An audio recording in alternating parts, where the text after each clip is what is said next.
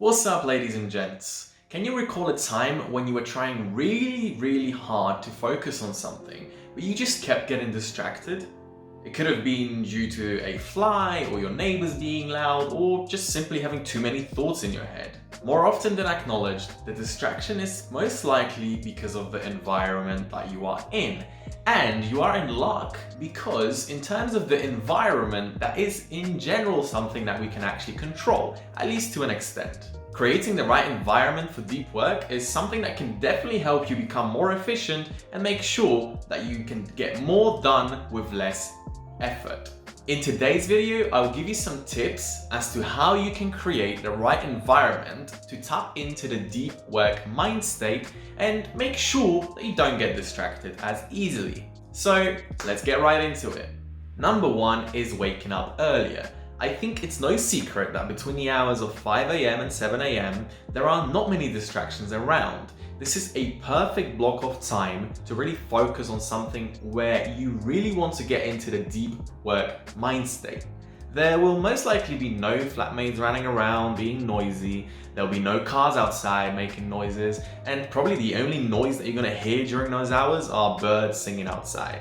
Number two is creating an isolated workspace. Having a dedicated space at your house, which is solely for the purpose of doing deep work, means that you're telling your brain that whenever you are at this place, you actually want to get into that state of mind. And the other thing is obviously that with an isolated workspace, there are very little distractions around. So you want to make sure you have this somewhere where it's not close to your bed, so you don't feel like actually just lying down and, just being lazy. It's not close to any outlets. So for example, it's not close to the hallway or the bathroom, because most likely you have people walking by if you live with other people, and it's just a distraction. So you want to isolate it. It could be a corner in your living room where you just dedicate that specific space for that specific task at hand. Number three is turning the airplane mode or focus modes on your phone.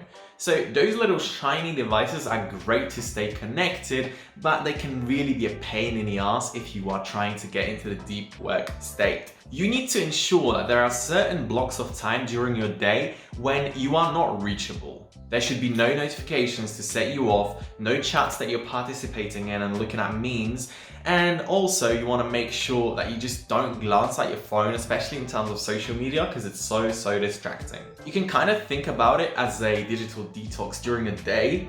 If you had a significant other, you wouldn't really want to spend all the time with them. So the same goes for your phone. You don't want to be the slave to that phone. You want to make sure you have full control of where your attention goes and how much you actually spend in terms of time on looking at that device. Number four is closing down any notification generating applications on your laptop or anything that you actually work on during the day. See, it's really easy for your mind to wander when you have some kind of a notification coming through. And with the plethora of applications and different tools that we use, it's very likely that you get notifications every 10 minutes, 15 minutes, 30 minutes. So it's so easy for you to actually, instead of focusing on what you're doing, give your attention to that little notification box coming up.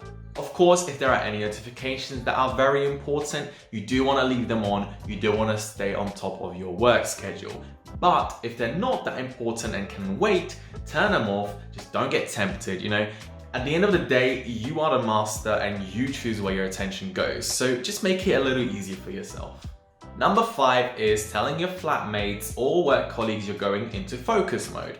This, of course, doesn't always work. If you work for someone else and you have to be in the office, it might not be the easiest conversation to have with your boss or colleagues. But in the instance that you're working from home, it's something you can definitely do.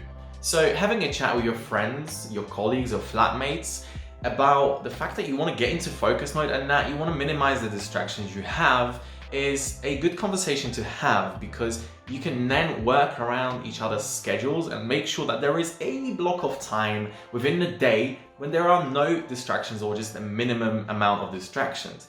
And this conversation can be really beneficial in the way that you can actually have a discussion of maybe setting up a deep work schedule together. So there is a specific time within the day when you both are doing this, and it can turn into a team exercise as well. At the end of the day, strength is in numbers, so that can actually be a very good practice to have. Number 6, putting on an instrumental or focused playlist on. Having the right kind of background noise around when you're trying to get into the deep state of work is a really beneficial thing. One, it's going to drown out any noises from around, such as your neighbors being slightly loud or little flies flying around and stuff like that.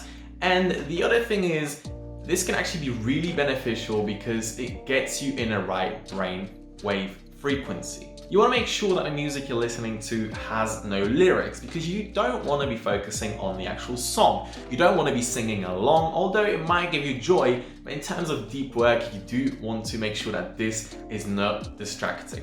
What works really well for me is listening to natural sounds, classical music, or listening to wave frequency noises. So like listening to alpha waves or beta waves, gamma waves, it all depends. There is a bit more to do in terms of research when it comes to that, so you do want to make sure you're in the right frequency.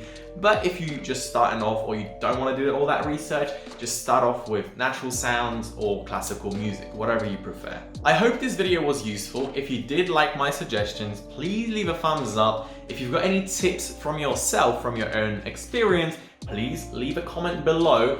And if you're enjoying these videos so far, please feel free to subscribe to my channel. I will see you next week. Peace and love.